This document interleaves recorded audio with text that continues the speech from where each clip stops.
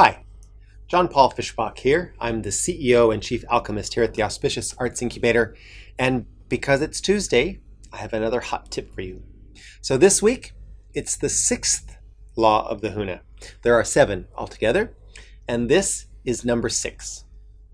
And the law is all power comes from within. All power and energy comes from within.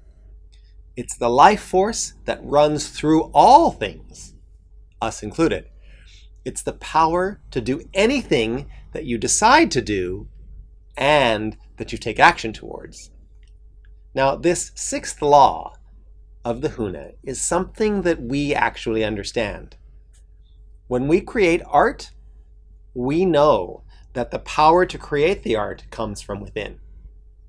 Yep, the power to make the art magical comes from within.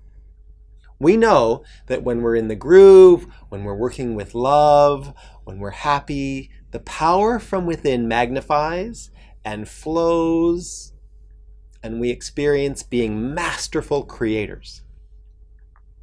The reason that this 6th law, all power comes from within, is so important for artists is that we need to work hard to ensure that this power is never blocked or diminished. And the key to achieving that is being confident. Being confident and tapping into that deep sense of power that we have as artists. When we create, we are powerful. Sometimes our power is strong and flowing, and sometimes it's not. You know, it's as though it's kind of been shut off and we actually feel powerless. Well, when that happens, what Huna will tell you is that you shifted your belief. Instead of believing that all power comes from within, instead of living with the truth of the law that all power comes from within, we started to believe that power is outside of ourselves. That's what happens. Now, I'm sure you've encountered the situation where some particular criticism of your art gets made and you feel sad, right? Well, the truth is that the critic doesn't have the power to make you sad. All power comes from within. You have the power to make you sad. We have the power to be happy or be sad. Remember law number 1, the world is what you think it is. And law number 3, your energy flows where your attention goes. Well, let's cultivate that awesome power that we have as artists. Right?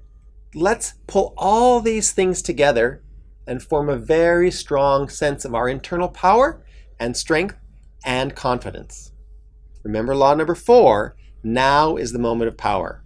So, if what we're pulling together is a strong sense of internal power and strength and confidence, let's be confident now.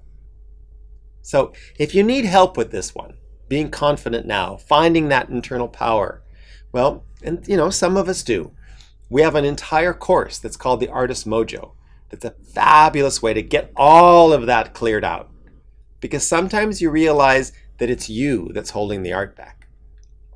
So there's 3 actions I'd like you to consider this week. I would like you to consider changing your external world by changing your internal world first.